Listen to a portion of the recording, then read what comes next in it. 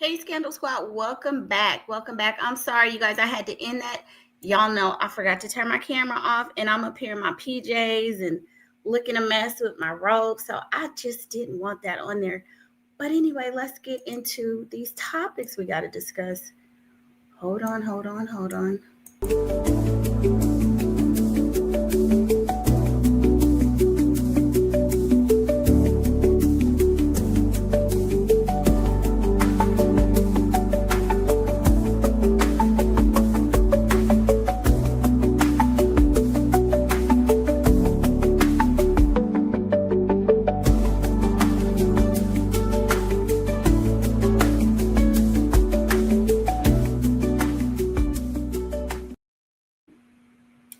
Okay, Scandal Squad, I'm back. I'm back. So I apologize for that. That was my little hiccup. I was not prepared. Like I said, I'm trying to be consistent here. I'm trying to do the um 100 streams, and I'm on day 2, and I was just a little bit not prepared. Okay, but anyway, I'm back, you guys. So I had started off talking about Don Robinson of In Vogue, and if you guys remember, they recently did a performance at the NBA All-Star, right? And I couldn't really tell which ladies were performing, but I'm just gonna do another little recap of that real quick. I'm not gonna play the whole thing because YouTube don't like you playing stuff like that. But let me see. Hold on. In Vogue.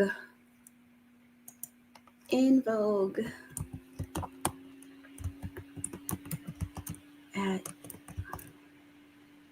All-Star game. Okay, because they were just in the Bay Area about a month ago. Okay, let me play this. Let me play this one. Share this video.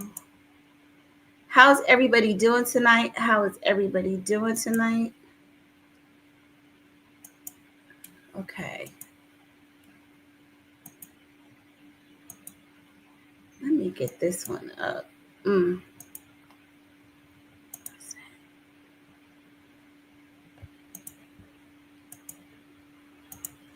Okay, let me share this. Okay, there we go.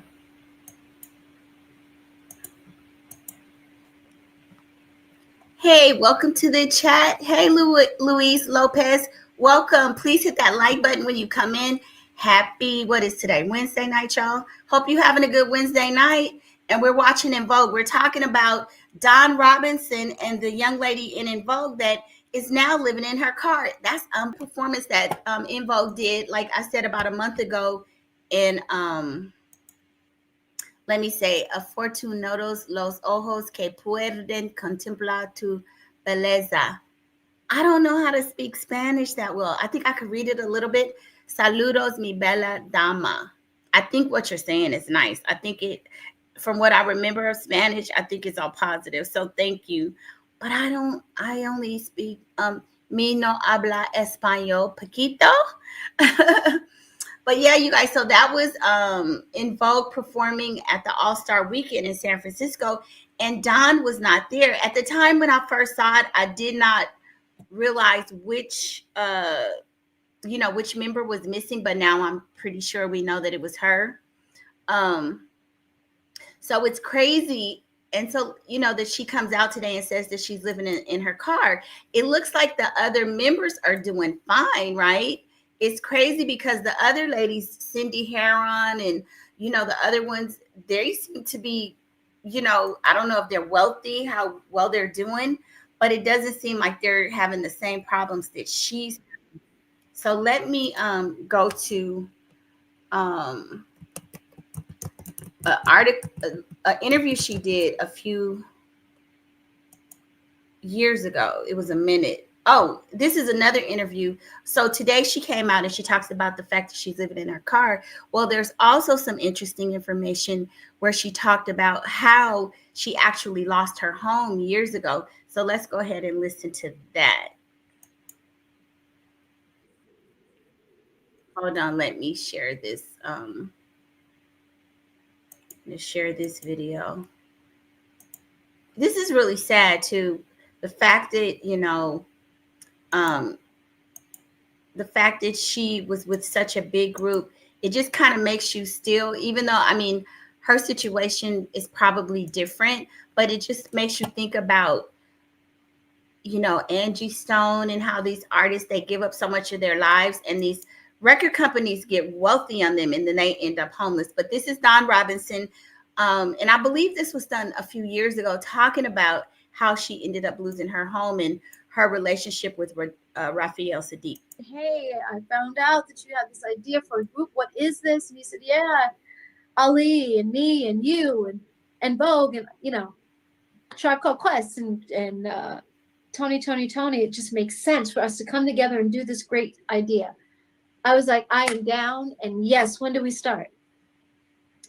Because I never wanted to leave in Vogue in the first place. Like I said, I didn't want to go solo.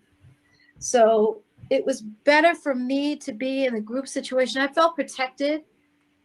I had known Raphael since we were 16. So on my dad, Bay Area as well. Yeah. Bay Area, yeah, both of us. In fact, Denny and Tommy, Denzel Foster, Thomas McGora had the Tonys before they had In Vogue. Yeah. So I asked Raphael when I got in the group with him, I said, did Denny ever talk to you crazy, like tell you to shut the fuck up or go the fuck home? He's like, what?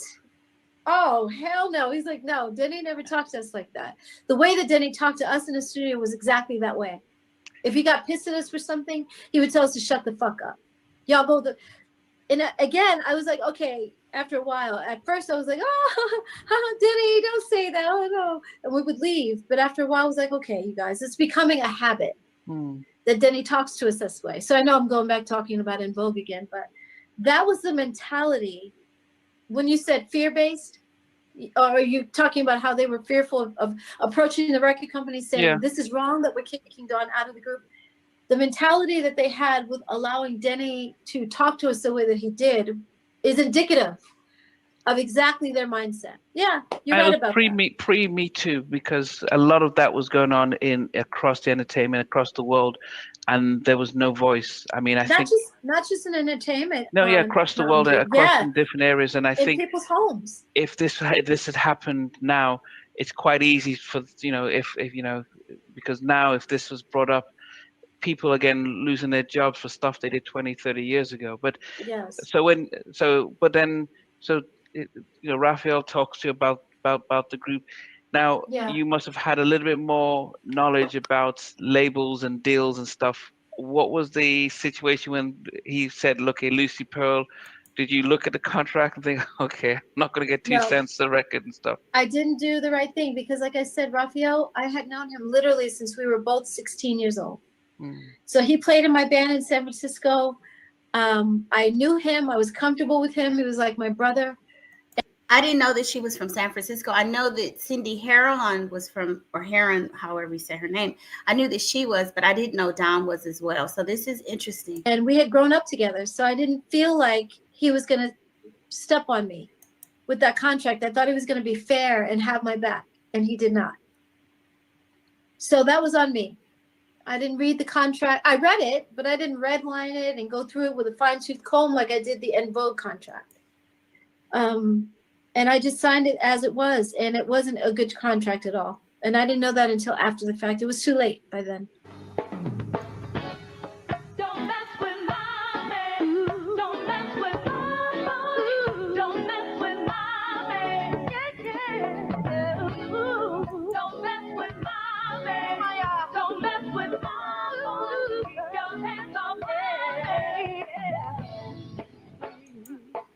Your ass now once but twice.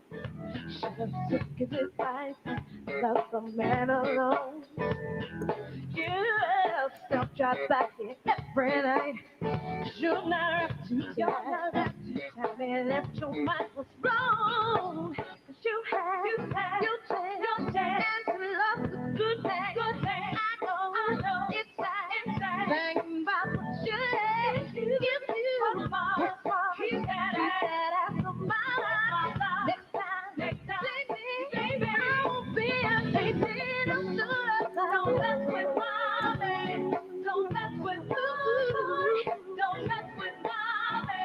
Keep running and say don't mess with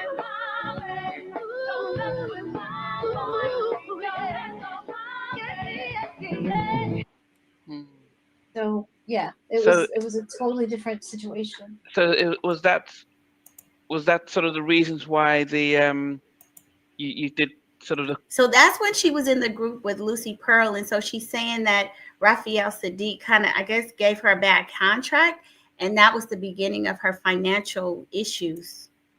Sounds like that's what she's saying. couple of singles, and then after first that you decided to leave after the first album? No, they kicked me out as well. Raphael didn't like the fact. No, so what? First of all, Lucy Pearl was I'm so tired. I'm trying to get the light right because the sun is going down. I apologize. Everybody's gonna be like, "Be still, be still." Cool. But Lucy Pearl from the very beginning was a one-off, and Raphael, you know, he just didn't like the fact that I was getting all the attention. And we were actually in London when the first time that I noticed his jealousy of me was in Vegas. We were here in Vegas, but I wasn't living here yet. And we were doing Sprite Night for the Billboard Awards, and so sorry. We were doing Sprite Night for the Billboard Awards. And I have to get near the plug so that this light stays on when the sun goes down. Oh my God, I'm so sorry. No, it's fine.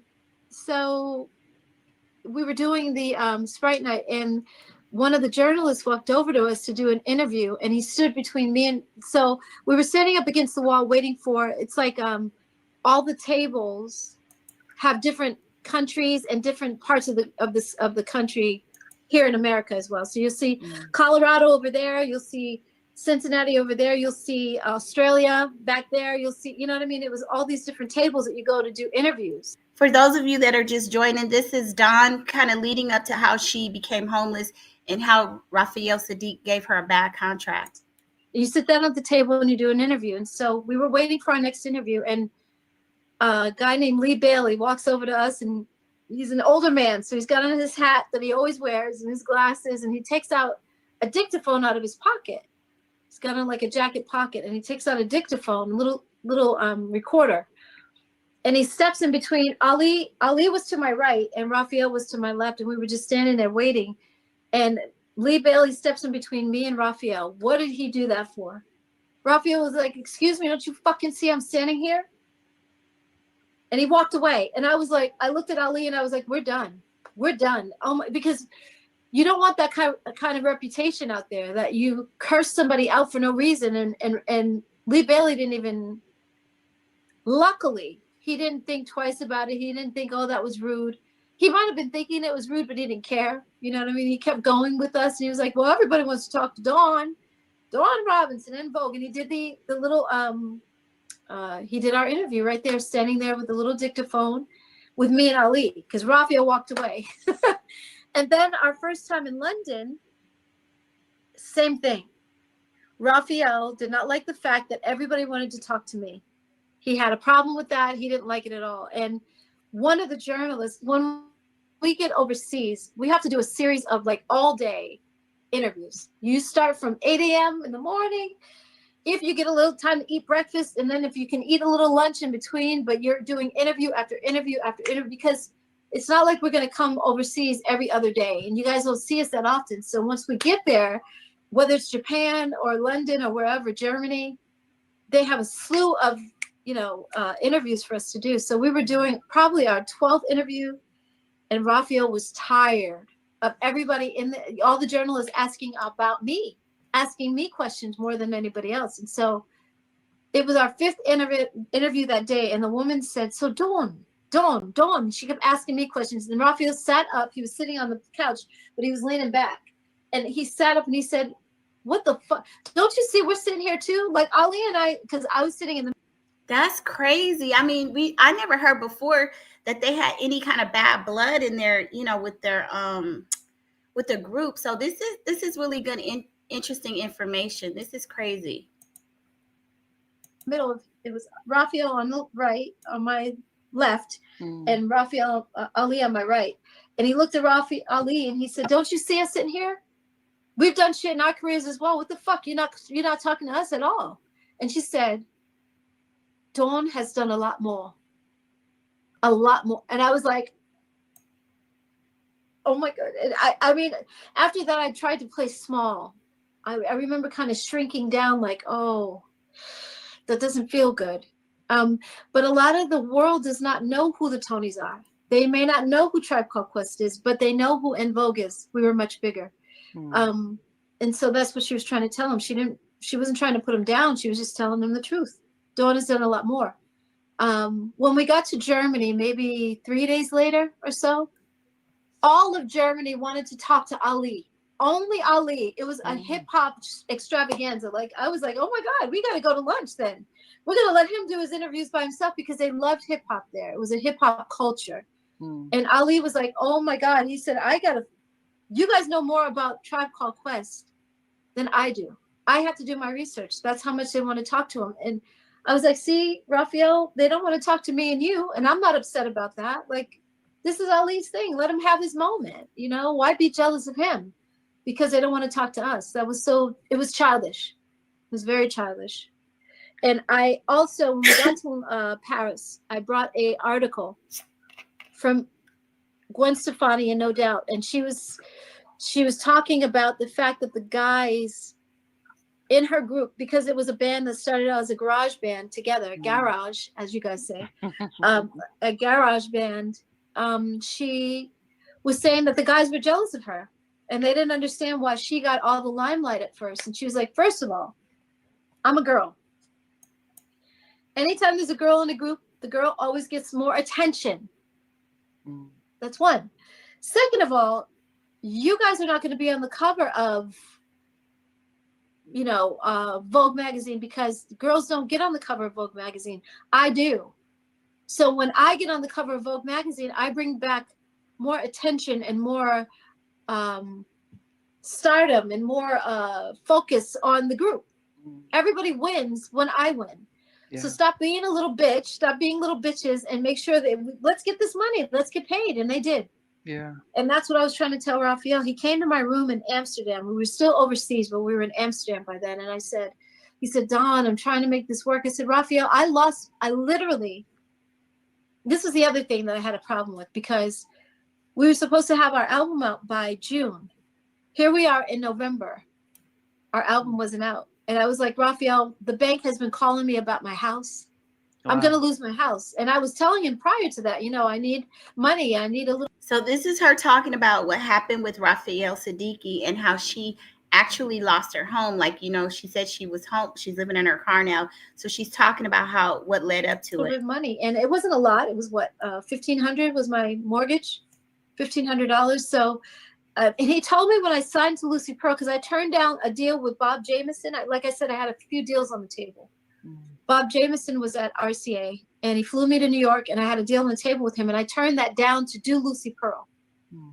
So if I had your back, you should have my back like you said you would, because he told me, I don't have a lot of money to give you up front, but I can figure out how to find what you need if you need it. And I was like, cool. If you just, if that's if you're telling me that when I'm down on my luck, or I need a little bit of money, you're going to figure out how to help me out, then cool, I'll sign with you. And I signed that deal. So now here it is, we're in November, and we were supposed to put out the album in June. The bank is calling, they're knocking on my door, and I need to pay my mortgage. And he was like, well, I don't know what to tell you, every man for himself. But you told me that if I signed with you, that you'd have my back, and now you're saying every man for himself? Like, what? He's like, yeah, we'll call the woman at Overbrook who was doing the sound. Now, interesting that she says, she signed with Raphael Sadiq, and this is for the Lucy Pearl group that she was in. But when somebody says they'll have your back, you have to get things really written out in a contract. You can't just assume that somebody having your back means that they're going to be able to float all of your bills. So some of this was, I'm going to say, possibly her fault. I hate to say soundtrack for Love and Basketball. Her name is Pilar, I forgot her last name. He said, call Pilar and let her know that you're going to do the soundtrack by yourself. I was like, Raphael, that is bad business beyond. That's like so unprofessional on every level. Yeah. You don't do that. Like, you just don't do that. If I call Pilar and tell her that I'm going to do the song by myself, she's going to be frantic. First of all, she had it in line for Lucy Pearl to do the song for the soundtrack Love and Basketball. And so here I am calling her. So I called her. because he said, call her. And I did. And I said, Pilar, this is Dawn. I'm going to do the soundtrack alone. She's like, huh? What? I don't understand. So wait a minute. So it's not going to be Lucy Pearl. I don't understand what happened.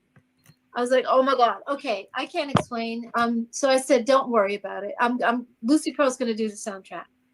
And I ended up literally losing my house.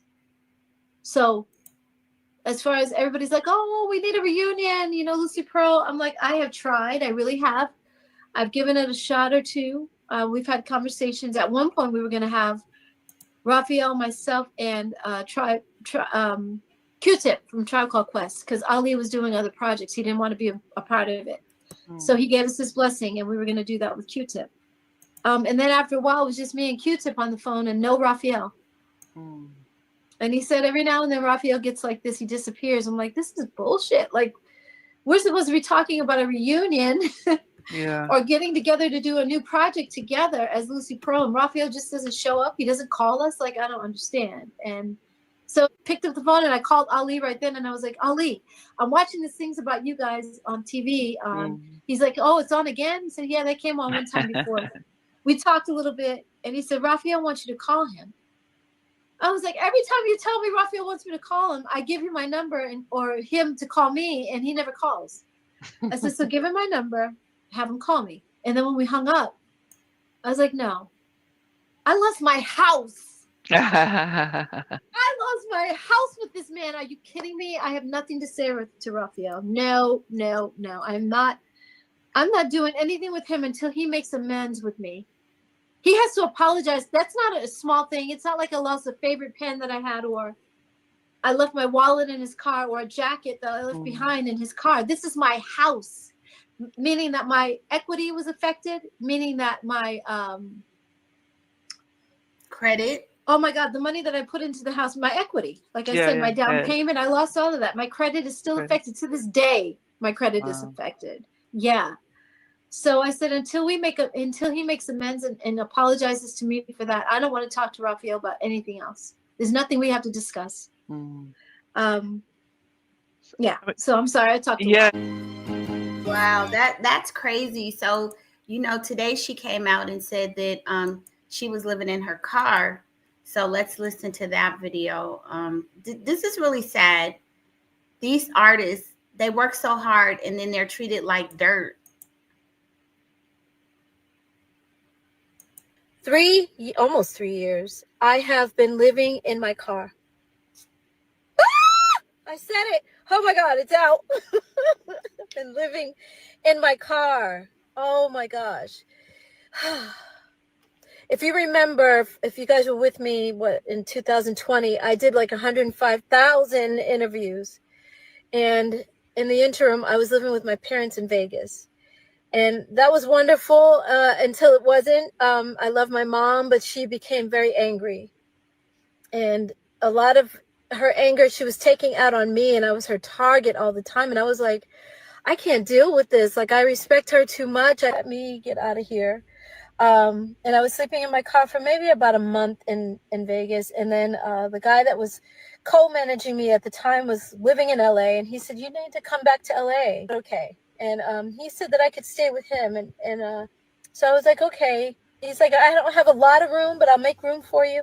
And then when I got to his place, he actually didn't have room for me. So it turned into, okay, well, I'm going to put you in a hotel for the night. And that one night turned into 8 months. Oh my God, you guys, because every apartment that I looked at, every single time I looked at a place, I would call him and I'm like, okay, can you meet me here? I would tell him ahead of time, of course. And then he wouldn't meet me there. And so I would take video and send it to him. And he's like, no, oh my God, this neighborhood, I hate it. I mean, I felt like he was playing games, and I knew he was playing games, and I wasn't the one. I'm like, come on, I'm trying to make this easier on you, because financially, I know it's got to be hard. You're paying your rent and you're paying my hotel. His apartment was $1,700 a month. And then my hotel was over $3,000. Yep. So, and I was always stressed every week because he would pay weekly for the hotel. So every week I was like, oh my God, can you afford it? Are you okay? And he's like, no, I can't, but I'm getting it together. What? You're the one who said to go to the hotel, and you're not approving any of the apartments. Like, it would be so much cheaper to just get me into an apartment. Like, what's the problem? You guys, for the past. So that was her admitting that she's living in her car, which is crazy because the other ladies seem to be doing well. Now let's look at the other women that were just in the Bay Area, and the 3 members of En Vogue performed at the All-Star Weekend, and she wasn't there. So let's look at this. I mean, it's Cindy, and I can't remember all of their names, but I think this lady here on the end, I think that's who is has there. Sweetie was there, Too Short, and E40.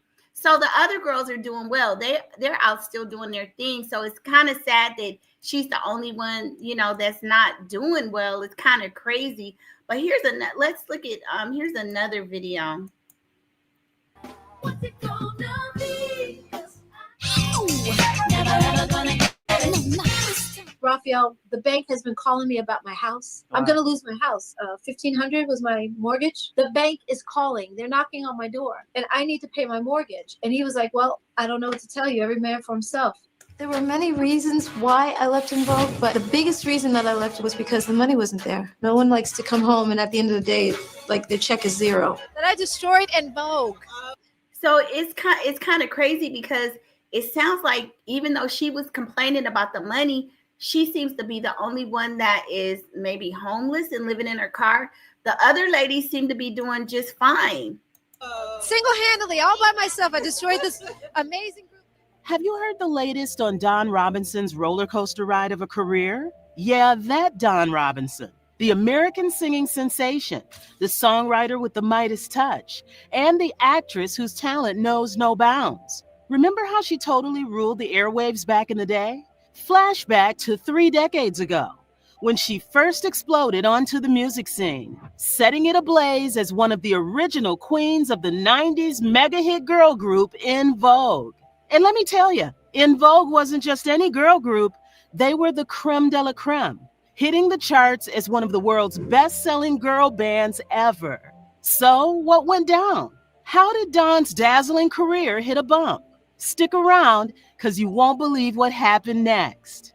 With over 11 million records sold as a solo artist and as part of En Vogue and Lucy Pearl, Dawn's career was nothing short of spectacular.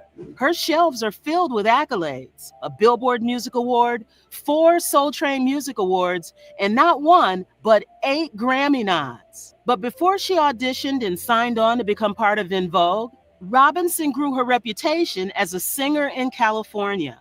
She was born on a chilly November night in 1966, or was it 1968? The mystery deepens. In New London, Connecticut, and is known for her impressive vocal talents.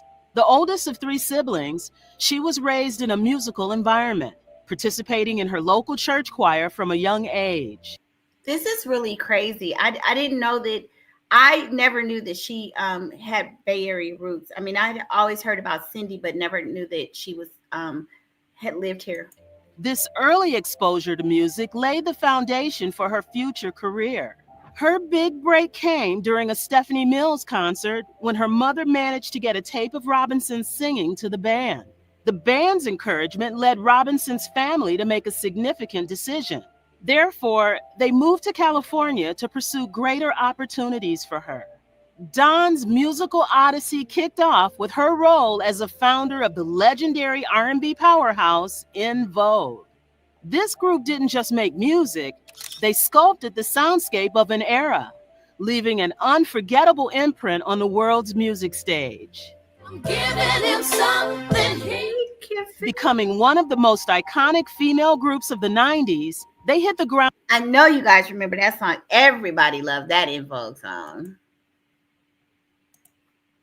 Running with their debut album in 1989. By 1990, their single, Hold On, soared to #1.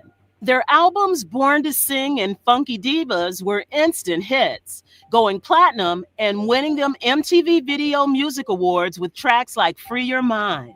In 1993, Runaway Love EP dropped, featuring the hit What a Man with Salt and Pepper.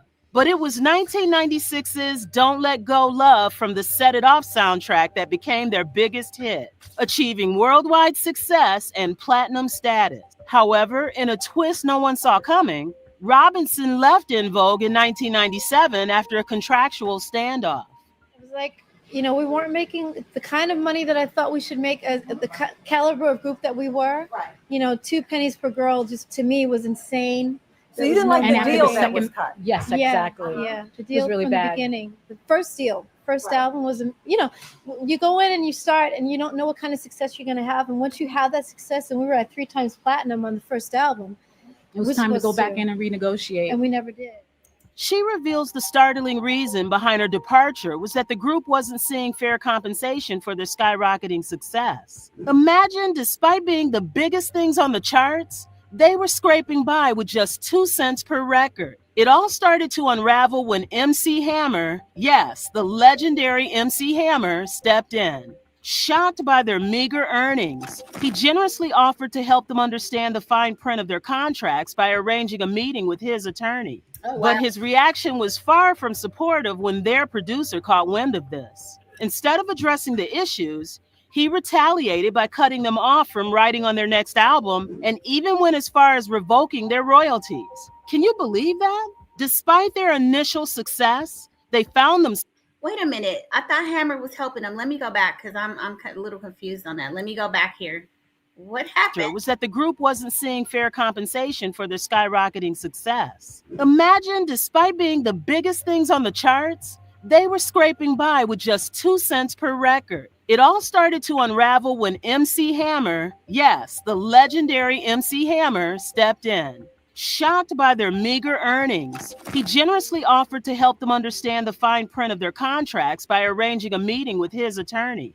But his reaction was far from supportive when their producer caught wind of this. Instead of addressing the issues, he retaliated by cutting them off from writing on their next album and even went as far as revoking their royalties. Can you believe that? Despite their initial success, they found themselves trapped in a deal that left them feeling exploited, likening their situation to a slave owner mentality. It's a tale of betrayal, a struggle for what's rightfully theirs, and a fight against the industry's oppressive contracts. So what we got on the first album, we got on the second album, and the second album was even bigger than the first, and we're still getting the same money, and it was ridiculous. So I was like, you start waking up to see things, you're looking at your royalty statements, you don't understand the language of the contract that you initially signed, because we're not attorneys. We don't go in knowing these things right away. We did ask questions of our attorney, but things get a little confusing, and by the time you wake up and understand what's going on, you've already signed the contract. And if you thought that was all, there's more. After leaving the group in 1997, she faced the harsh reality of trying to speak her truth in an era without social media. With limited resources and advice to stay silent until she had new hits, her side of the story remained unheard for years. To add insult to injury, her former group members spread rumors about her being a diva, a narrative she vehemently denies. 1999, Robinson joined En Vogue to contribute to the movie Life by recording the... It sounds like they kind of went through the same thing that TLC went through, and how they didn't get their money. And I mean, unfortunately, it sounds like the same thing that Angie Stone just was complaining about. This is crazy. Jazz classic, Drop Me Off in Harlem. That same year, her music journey eventually led her to collaborate with the group Lucy Pearl, featuring Raphael Sadiq and Ali Shaheed Muhammad from A Tribe Called Quest. The group released their debut album in May 2000. This album achieved global sales of over 1 million copies. The lead single, Dance Tonight, enjoyed success on the R&B and Billboard Hot 100 charts. Lucy Pearl promoted their album through tours in the US and internationally. The group's second single, Don't Mess With My Man, also achieved success, especially in the UK and France, and matched the US chart performance of their debut single. However, following this release, history repeats itself. Robinson left the group due to issues related to fair compensation. Attempts to negotiate a resolution were unsuccessful, leading to Robinson's departure and Joy's introduction as a replacement. Yeah, we were just getting started and it was over before we knew it. So Raphael was not nice. I couldn't stand it. I couldn't do anymore. I wasn't going to hang anymore because I lost my house during that whole thing. It sounds like she's probably right with, her contract disputes, but it seems like she keeps coming out on the losing end. So I don't know, you guys. This is crazy. Told me, I don't have a lot of money to give you up front, but whatever you need, I got your back. I can figure it out. Excuse me. And I was like, okay. And I turned down RCA to do that group. So it's like, wow, Raphael, you didn't have my back, dude. So like you didn't have my back. You didn't get the money you were supposed to be getting from your contract, or what happened? No, I didn't at all. No, well, he didn't have a lot of money to give me, remember? And by the time we started selling our record, I barely get again, I admitted that I did not look at the terms of the deal. Robinson spilled some serious tea during her chat with Halftime Chat about the drama with Lucy Pearl. And, more juicy, her fallout with Sadiq.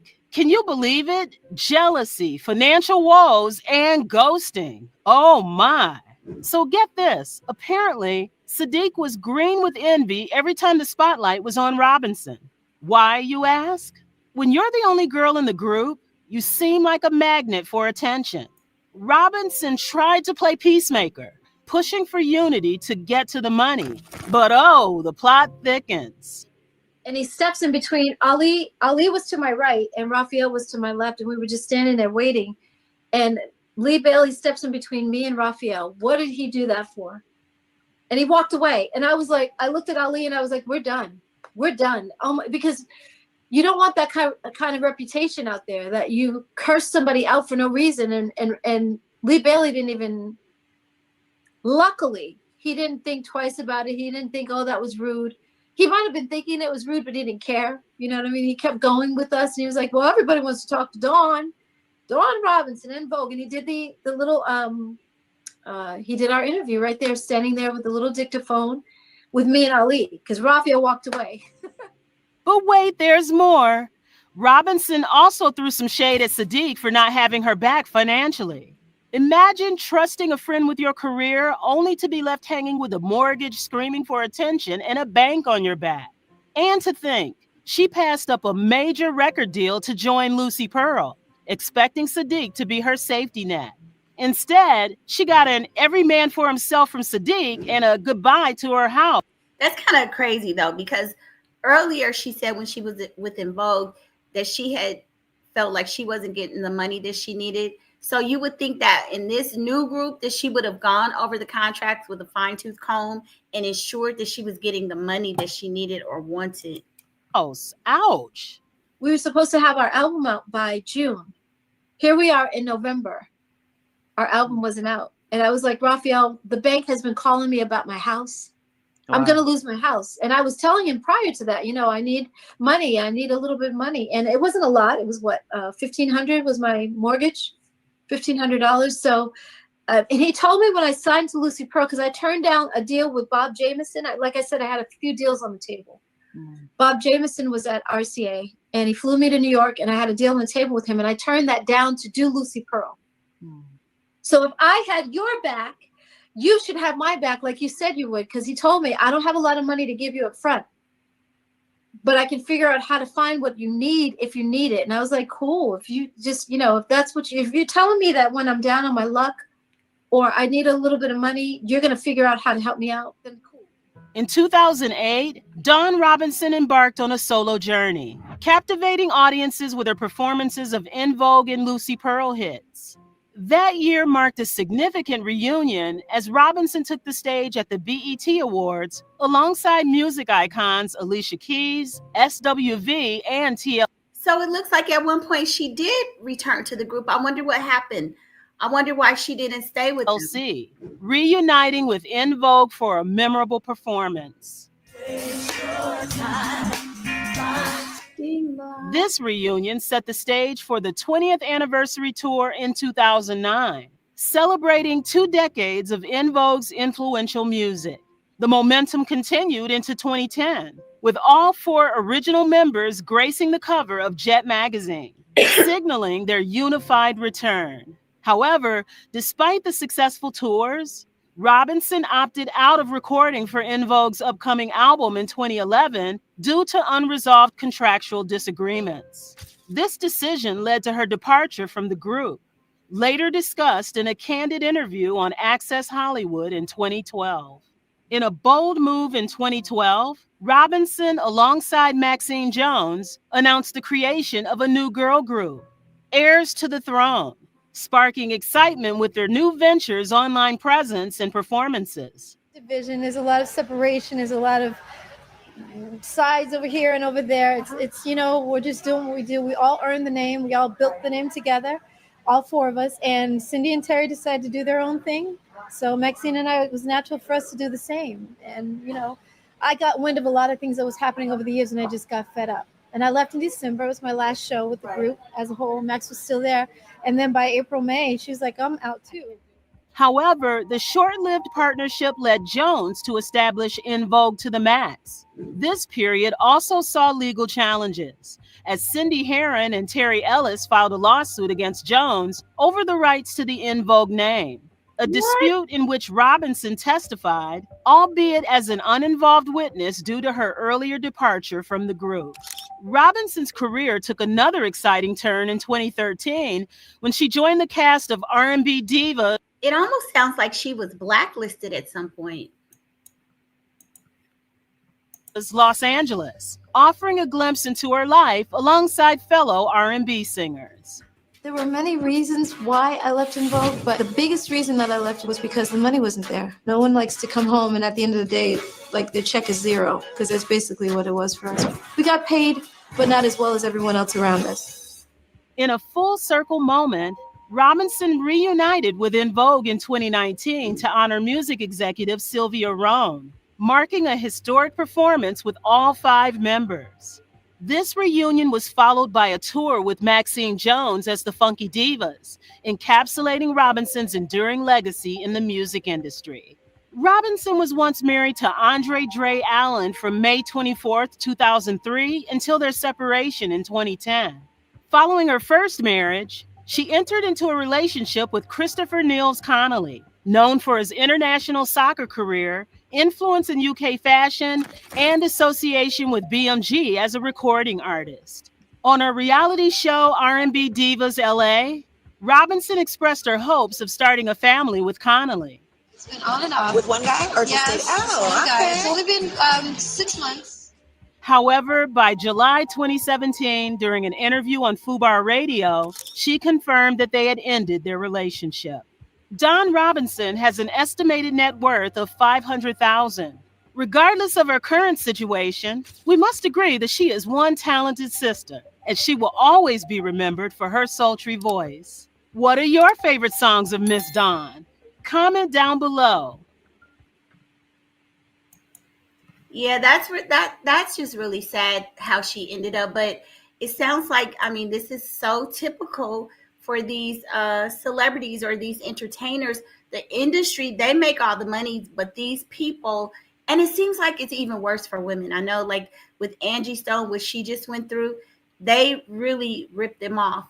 But you guys, let's shift gears and go to a different story. So I don't know if you guys remember the woman whose kids died in the car. Everybody thought that they had died. They had froze to death. Well, there's a new report out today. Well, it actually came out last week that the kids had died from carbon monoxide. And we had talked about this, that if these kids die from carbon monoxide, that there may be some charges following. Well, here's the thing, you guys. And before, some of the backdrop to this is that one of the kids had rotten teeth. That's neglect, and the other one was malnourished. So it looks like she was neglecting these kids, and I don't think it's just her fault. The dad is responsible too. But basically, it says neighbors, according to Fox Detroit, the Detroit police have submitted a warrant request for charges against Tatiana Williams, the mother of 2 children who died last month while sleeping in a minivan inside a Greektown casino parking structure. The request is now under review by the Wayne County Prosecutor's Office, which will determine whether charges will be filed. The tragic incident occurred February 10th when Williams and her 5 children who were experiencing homelessness were staying in their van. That morning, she discovered that one of her children was unresponsive. The vehicle had run out of gas during the night, exposing the family to dangerously low temperatures. While a family member rushed the child to the hospital, Williams received a devastating call. Another child had also stopped breathing. Initial reports suggested that the children may have frozen to death, but the medical examiner later confirmed that carbon monoxide poisoning was the cause. Authorities continue to investigate as the prosecutor weighs potential charges. So it looks like they're starting to feel like she may have been responsible. It says medical examiners determined the two homeless children from Detroit did not freeze to death. Carbon monoxide. I lost a 2-year-old. I'm dying inside. It hurt. It's like my heart is breaking. And I have 2 more kids to live for.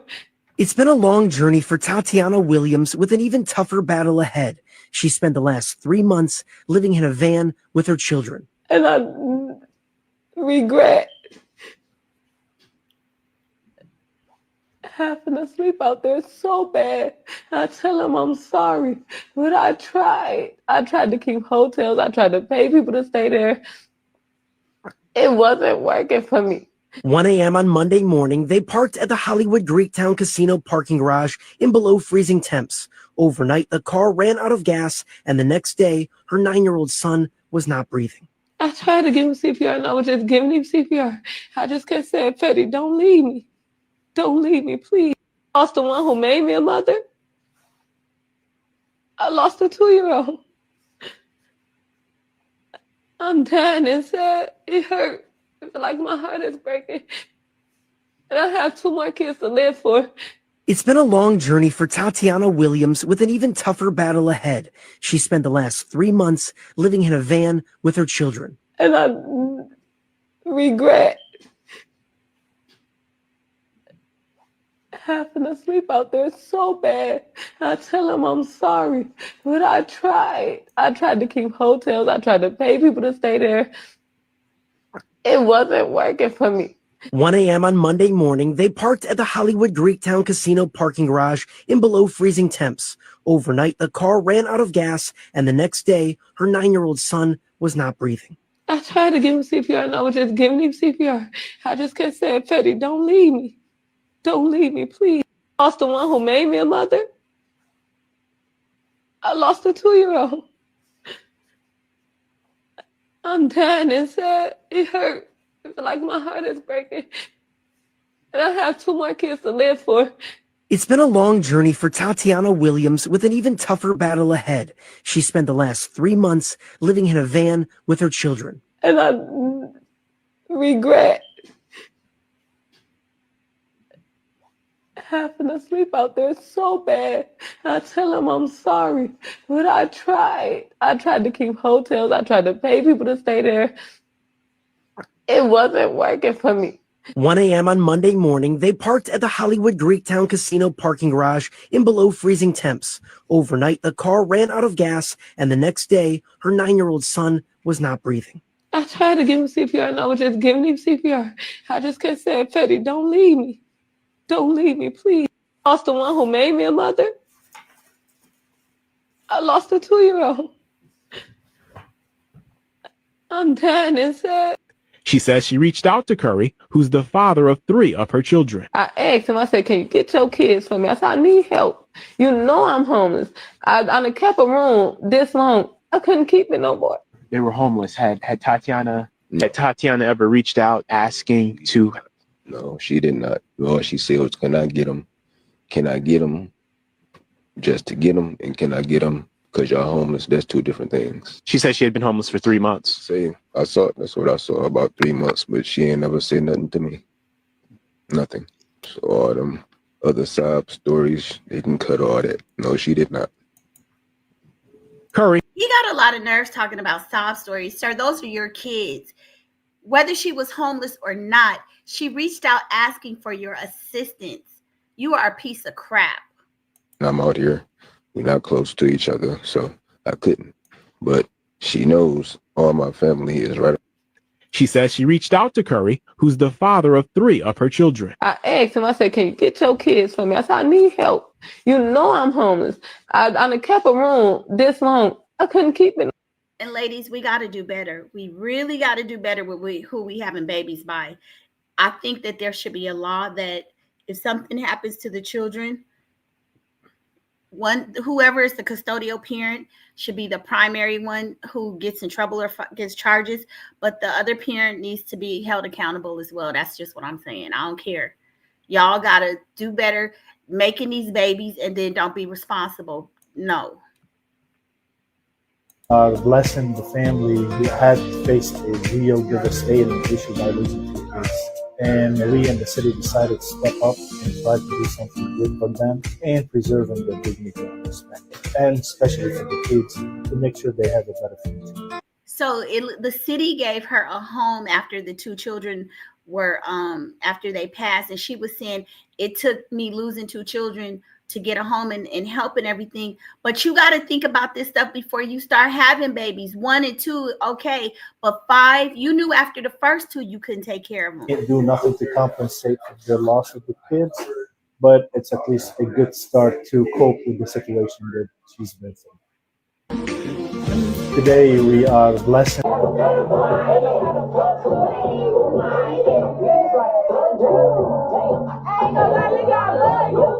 Now, this is a video somebody posted where after the kids froze to death, there was a video of her partying, and some people just thought it was inappropriate. Like, you lost 2 kids, but you still able to have a good time. For me, yeah, I wouldn't have been able to, but everybody grieves differently. I don't know. What do you guys think about that? Now,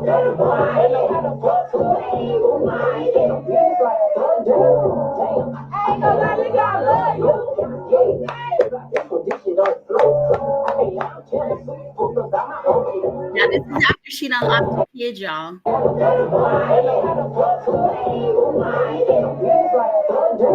So, I mean, this to me, it looks like she had this person wrote, Kim Worthy needs to be locked up.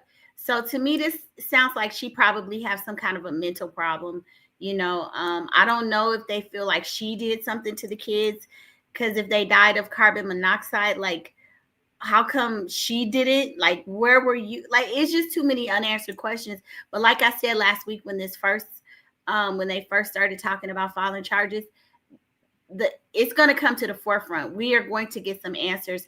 And I hope this lady didn't purposely hurt them children, because it sounds like that's what they're trying to accuse her of. But okay, y'all, we still scamming the gram. Let's see. Oh, there was another. Oh, this one, you guys. Oh, this one was crazy. Listen. Nobody's going to believe me, because I can admit from the video it does look purposeful, but I know my intentions and I would never hit somebody on purpose. So that is the track star. Okay, so here's the story. It says things aren't going great for Alayla Everett after going viral this week for striking another athlete in the head with a baton. If you look at that video, it looks like she did it on purpose. I'm sorry. I mean, I ran track since I was very young, but when you're running with like, she had to rear back. She had to take her hand all the way back and blop, hit that girl in the head. It doesn't look like it was an accident. I mean, we're going to look at the video, but it says, according to WTKR, Everett is now being charged with 1 count of assault and battery after the baton incident left the other athlete, Kaylin Tucker, with a concussion and maybe even a fractured skull. This is some heavy ish. This girl better hope that she don't have to do any time.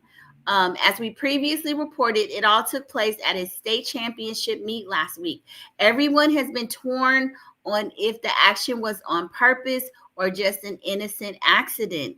The post-mouth NAACP even posted a statement taking up for Everett. Alea is not an attacker, and media headlines that allude towards that in any way is shameful. We can only go by what we see. And people who run track, this don't normally happen. So whatever she did, it looks like it was done purposefully.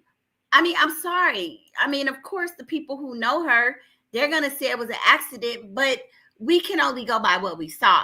It looked like she had to take her hand out of position and blap. It wasn't just the upward motion generally that you see when people are running. It looks like she reared back and hit the girl in the head.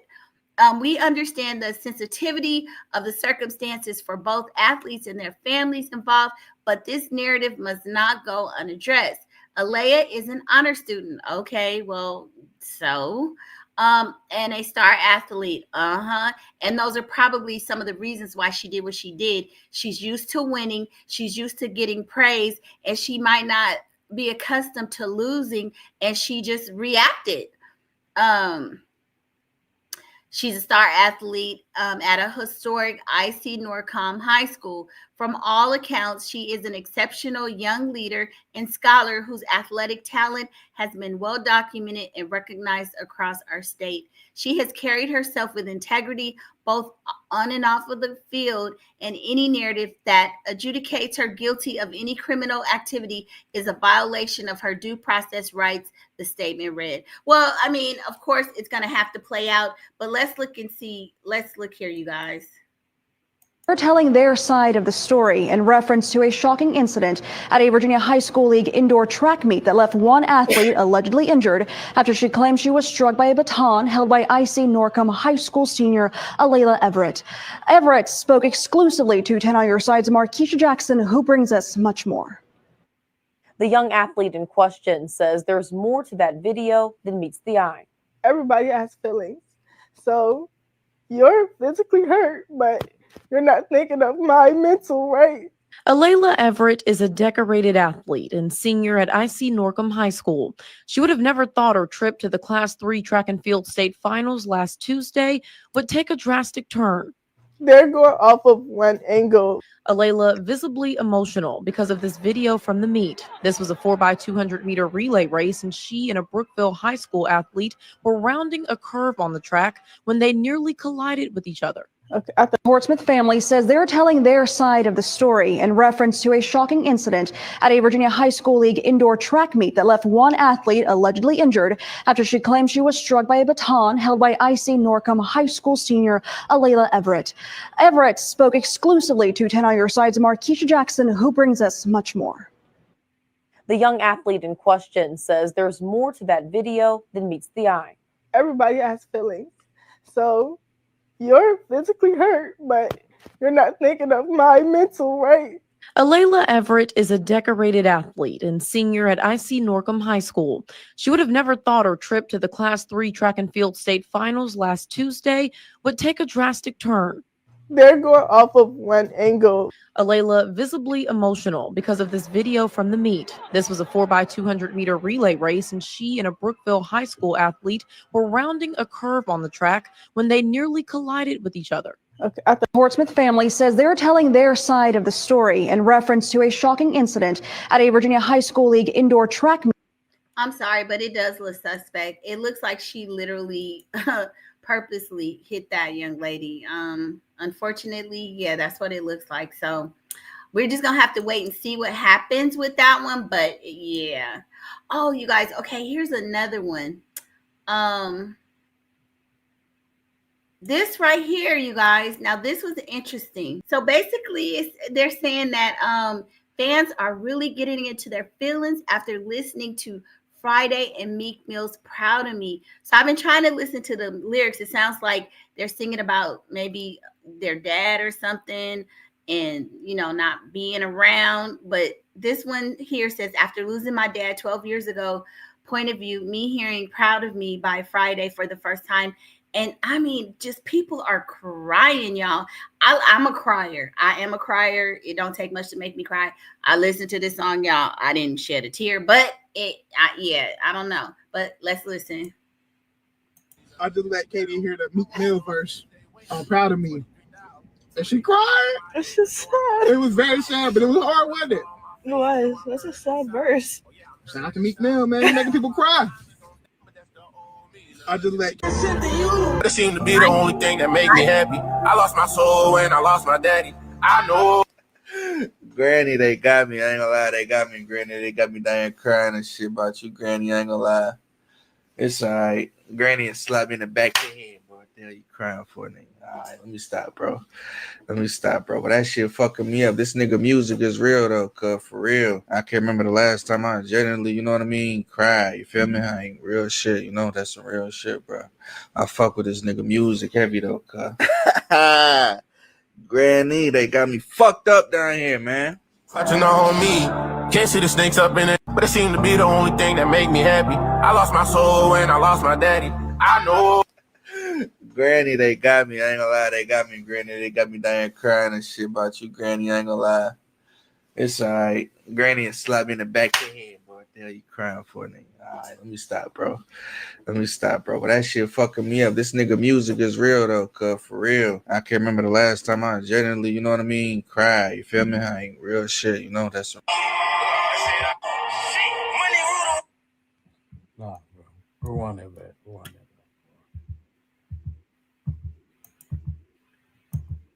Nah, rewind that back, bro. Nah, bro. Rewind that back. Rewind that back. I'm praying he don't see Jeff. Oh, nigga, I'm gonna cry. Oh, shit. Because some of y'all don't know, you know, the story of my pops and shit like that. I don't really talk about it, but damn, I hate these type videos, man. It was the youngest, bro. I swear to God, when he said the youngest, and I looked, I was like, damn, this nigga kind of look like Case. I ain't even, oh, shit, that hit. I'm praying he don't see Jeff. This is crazy. I mean, well, of course, the other people listened to it and didn't cry, but it's like almost everybody that's listened to it was crying. I have never seen nothing like this. Oh, you guys, here's another story.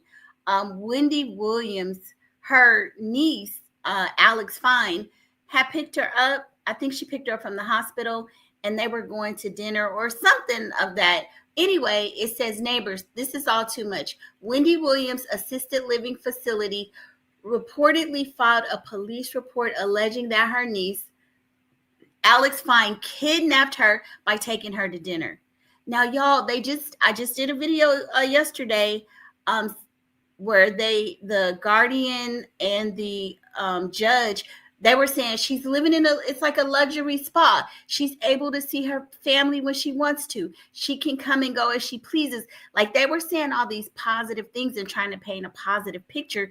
But now there are reports that she went to dinner with her niece and they filed a police report. This is some weird-ish, okay? It sounds like one of those movies, you know, where they get somebody and they keep them away from their family. It's saying, according to TMZ, Fine recently accompanied Williams from the hospital to where she had been undergoing a psychological evaluation back to the Coterie, the residence she has been staying at the last 8 months. After spending time at the facility, Fine reportedly took her onto an Italian restaurant for dinner.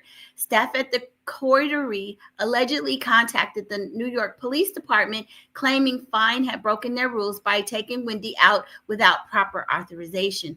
Under the facility's regulations, Williams cannot leave the 5th floor memory care unit without assistance, as an attendant must operate the elevator. So basically, they were saying that that her niece got her out of there without their authority, but the reports, like, well, it's being reported by TMZ, that someone had to actually let her down the elevator, that she has to have like an attendant be able to push it or do whatever they do to have the elevator floor go down to the lobby, and that the person escorted her and Alex Fine into the Uber. So it sounds like there's some miscommunication, but this is just horrible that Wendy is being treated like that, like she's a common criminal. Like, what did she do?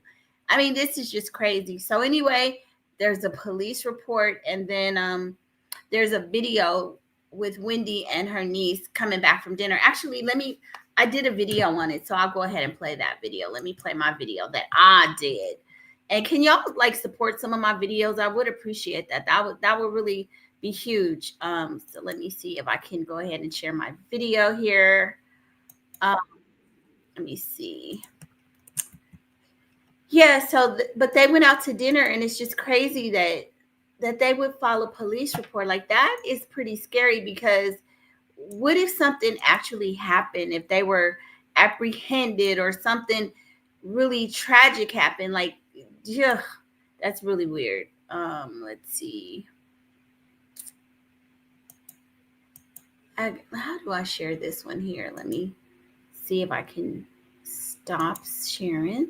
Present this one. Share this screen. Okay.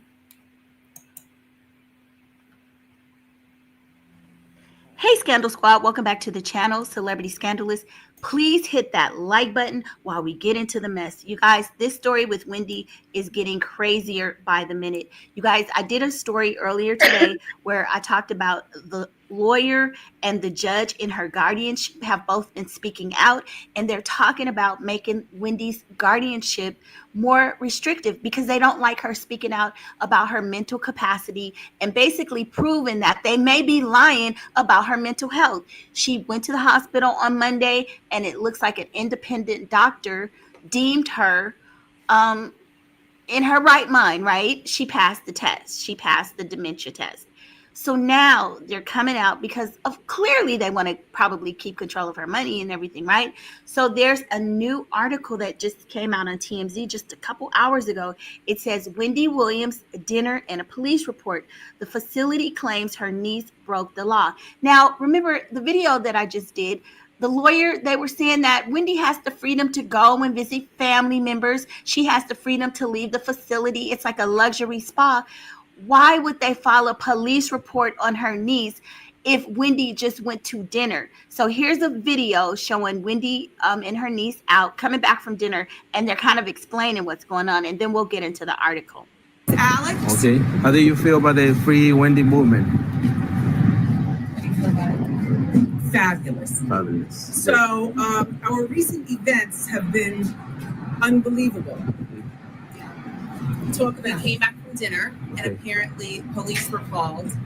But I was told that at some point police were called because the coterie here was saying allegedly that I took my aunt from this facility and whisked her away without any sort of confirmation or approval. Which, according to everything that we have learned in terms of this whole situation, wondering exactly how that correlates with the statements that the guardian has made that Wendy is able to come and go as she pleases. Right. And that there are no family visits that are blocked. Clearly, they are lying to me when they say I can go out and do what I want to do. This is my niece, Alex. She just flew in from Miami, okay? I just came from the hospital. So we are going out to celebrate.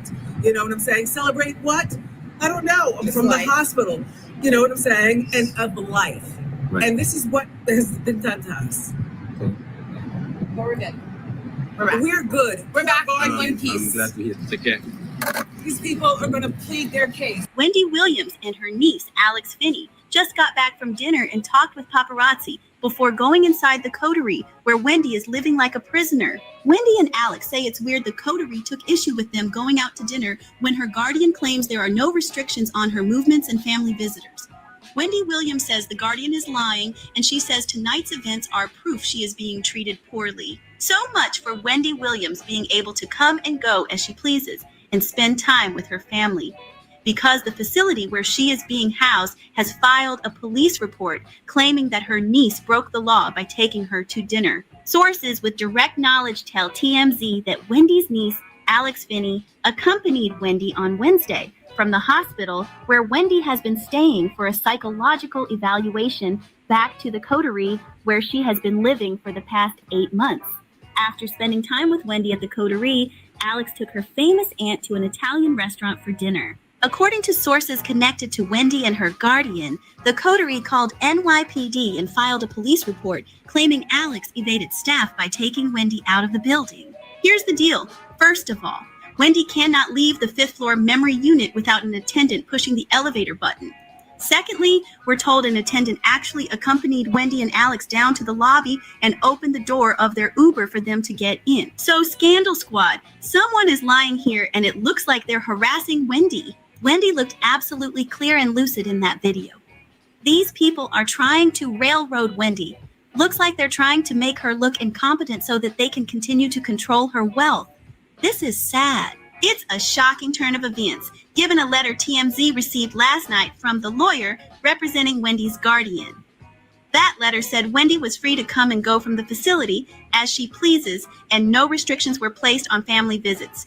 Yet here we are. At the time of this post, Wendy and Alex are finishing their meal and will return to the coterie. This is a developing story. Please sound off in the comments and hashtag #FreeWendy, and I'll see you on the next video. Yeah, so that's pretty sad. I mean, Wendy is still struggling. They're still treating her like she's a criminal. So hopefully, I mean, she's in the midst of, going to court. She has an attorney. So hopefully things are going to change for her really soon. But let's go back to scan the gram and see what else is out here. What else has social media been talking about? Let's see. Ooh, this is weird, you guys. Let's listen. Is facing felony charges for abuse to a corpse. Now, the victim, according to court documents, was 58-year-old Charles Rodriguez. The documents say that Laudermilk cut his penis, then put it in his mouth. Houston woman facing charges tonight, accused of brutally mutilating a corpse. Fox 26 was the only station in the courtroom after she surrendered to investigators. He is live for us in Bel Air with the details. Jonathan. Very disturbing. In fact, law enforcement says this is a bizarre case. Now, this woman, she was working as an embalmer at this mortuary service right behind me. That's when investigators say she cut off the genitals of a deceased man, then placed it in his mouth.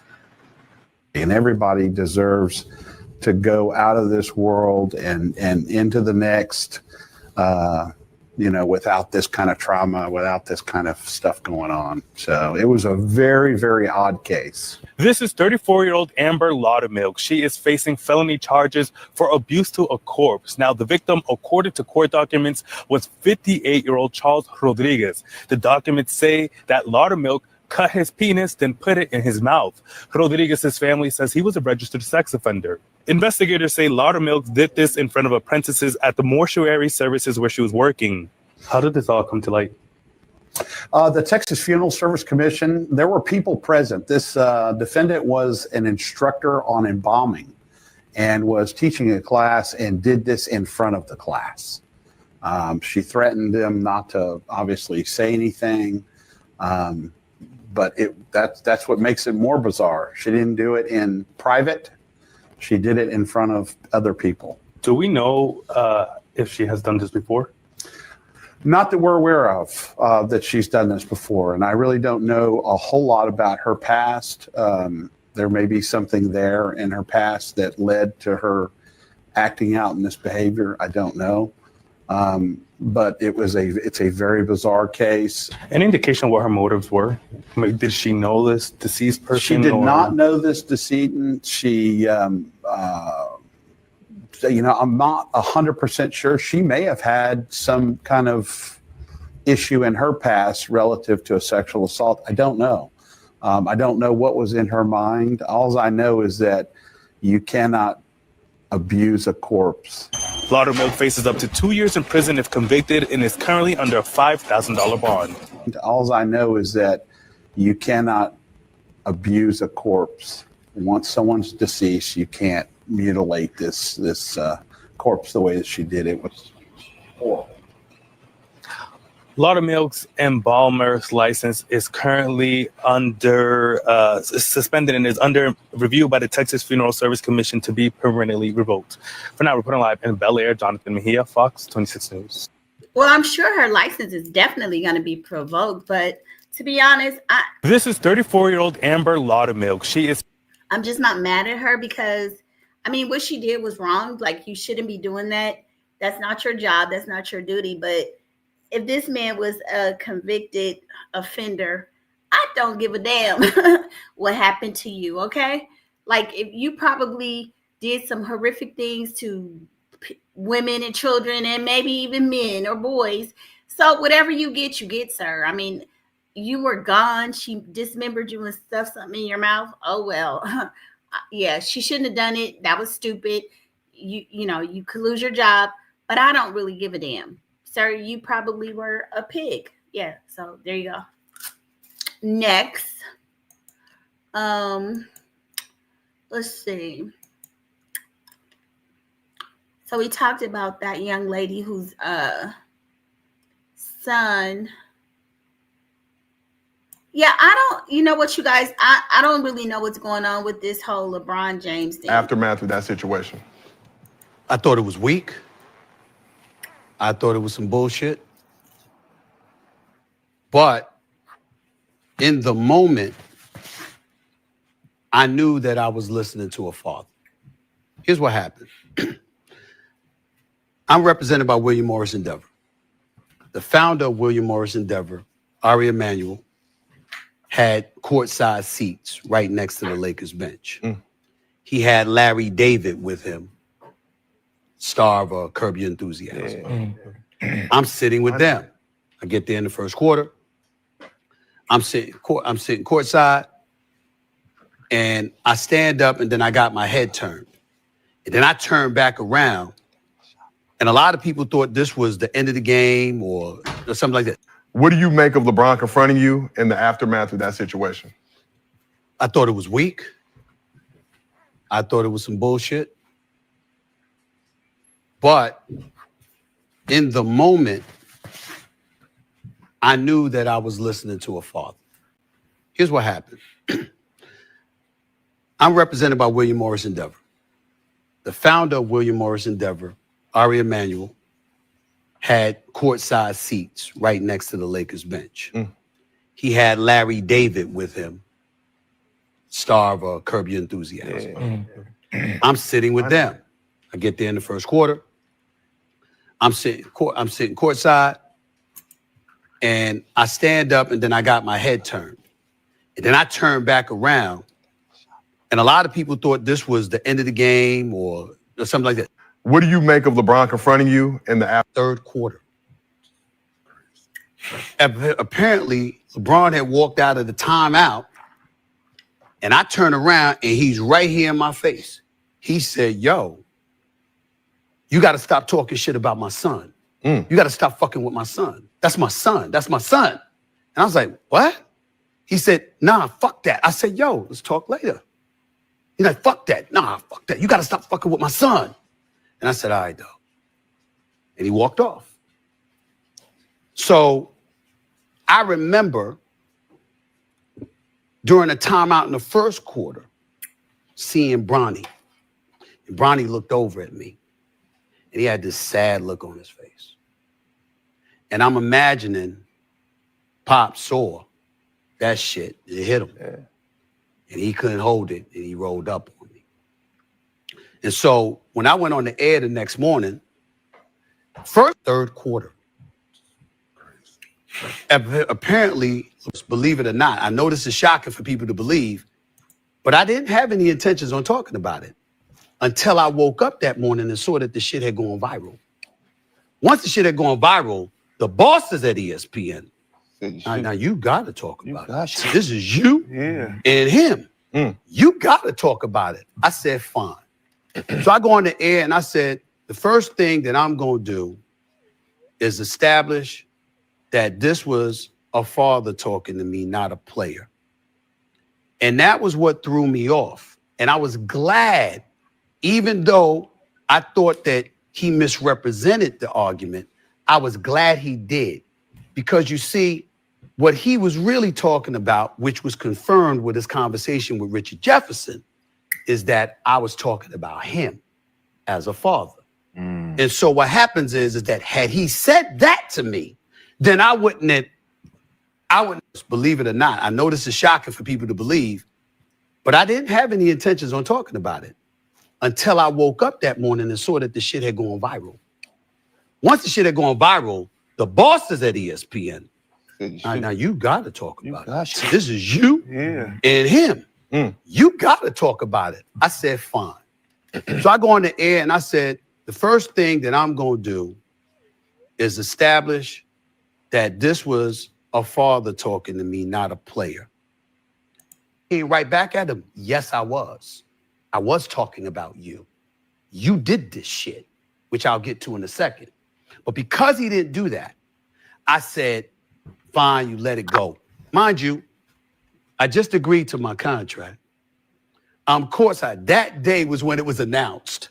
It's all over, everywhere. Watch, I be right. Yeah. It's a nationally televised game. The cameras are rolling, and I'm like, if I do anything, this is gonna be a scene. Now, we can sit up here in front all we want to and act like we don't work for somebody. Damn it, I work for Walt Disney. And if I had gotten into some shit with him at courtside right there at that moment, no matter how right I would have been, it would have been wrong. And right back at him, yes, I was. I was talking about you. You did this shit, which I'll get to in a second. But because he didn't do that, I said, fine, you let it go. Mind you, I just agreed to my contract. Courtside. That day was when it was announced. It's all over, everywhere. And I was like, I'm not going to do this. But once I saw the tape of him talking to Richard Jefferson Saturday night in Boston, that was when I got really pissed because that was confirmation. And I was like, I'm not going to do this. But once I saw the tape of him talking to Richard Jefferson Saturday night in Boston, that was when I got really pissed because that was confirmation.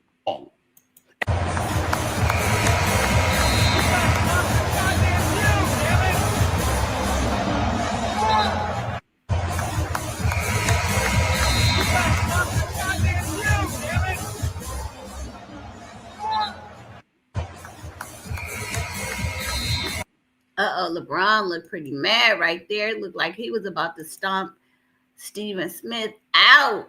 I mean, and look at the size. Look at those shoulders. He made two of him. Or what nothing Stephen A. Smith could do but shut the fuck up. Ow! And yeah, people will get pissed off about their kids. Let's see what else they talking about. Oh, this was a big one. I had meant to talk about this one earlier. Jane Doe admits on tape that Jay-Z did not grape her and that her lawyer Tony Busby made her add him to the lawsuit.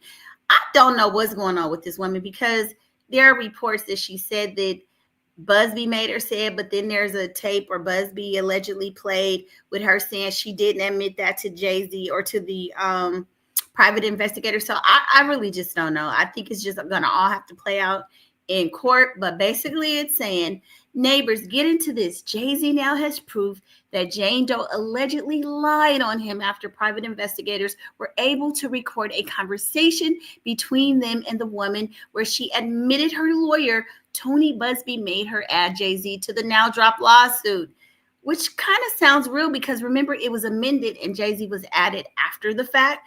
He probably reached out to Jay-Z, said, look, we want to talk about, making sure this is a catch and kill, that this doesn't go to the public and we're going to have some kind of a mediation. Jay-Z said, oh, hell to the no. I didn't do it. So, no, we're not going to do all that. Just drop it. Busby was like, no, we're going to do it because most people don't want this kind of thing. He knows that Jay-Z has a public reputation that he needs to defend. So he's just banking on the fact that Jay-Z probably going to pay a little to make it go away. Did not happen.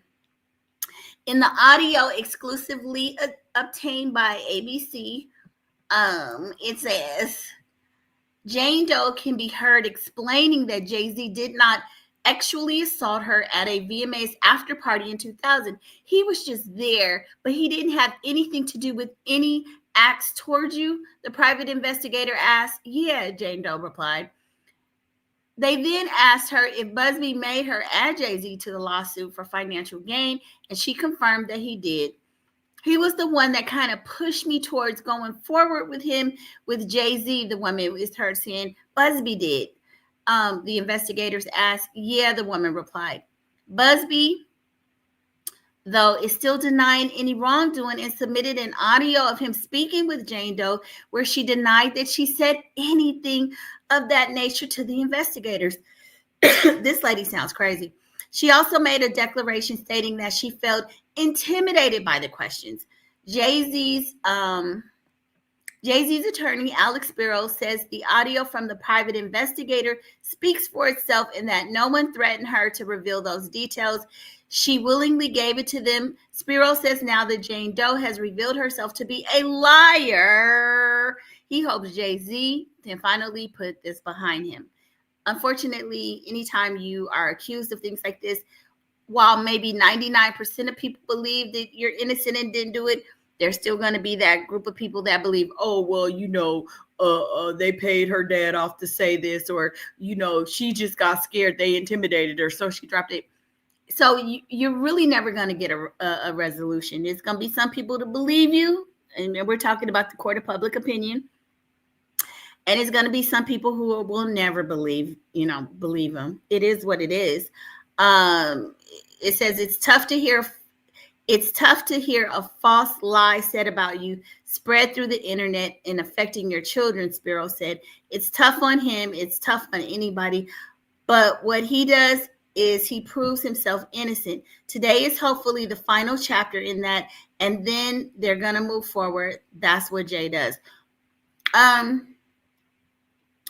don't know about him moving forward. I mean, well, of course it's going to move forward, but of course there's the whole defamation case that he filed, so we got to see what's going to happen with that. And also, I believe Busby is trying to prove that he did some nefarious things by even, like, when you have an attorney representing you, the private investigators and those people, they're not really supposed to be reaching out to her if she has legal representation. So I don't know what charges or what Busby can do about that. And I mean, it's kind of almost a moot point because we're finding out that the woman lied. So I'm glad, when you put those kind of allegations on a person, I'm glad that they're finding out or proving that maybe it's not true. But then again, it makes us wonder, really what did Jay-Z do? Because if he had private investigators reaching out to her, then there's still going to be that question as to whether or not she was intimidated. That's why you should try to fight these things by the letter of the law, because now it could be viewed that you did something that you weren't supposed to do, that there may have been some witness tampering. This woman was supposed to be a Jane Doe. How did you access her? Was she compromised? Like these, that's why you just probably shouldn't be doing stuff like this. And if you notice, the private investigators allegedly claim that we weren't hired by Jay-Z because you're not supposed to be even contacting the witness, okay, or the plaintiff in this case. So all of this is kind of murky. These cases are like ego driven to me. It's more these attorneys versus the clients versus the plaintiffs, defendants, like they're all pontificating. Like it's about egos, right? So I never thought that this was a legitimate case. And the more that we hear that, the more that's coming out, this woman just has lost all credibility. Let's say even if it's a possibility that something happened, she has proven herself to not be credible. It's just too many stories out there, which with this particular case ending up the way it is, it also helps Diddy, not in the criminal case. We're not talking about the criminal case, but it will help Diddy, I believe, in his civil cases, because we're starting to side eye some of these people and just realize that they're just out there for a bag. So, I mean, this is a win for Diddy. It's a win for Jay-Z.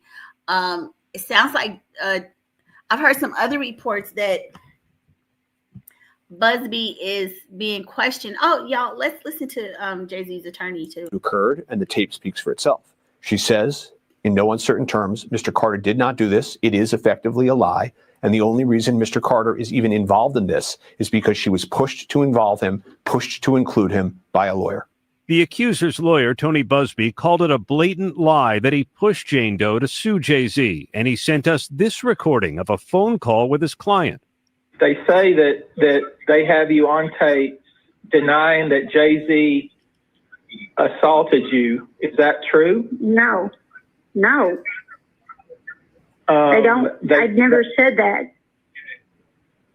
Okay. They also say that you told them, and they have it on tape, that I, Tony Busby, told you to came up with this plan and told you to say that Jay-Z assaulted you so you would get more money.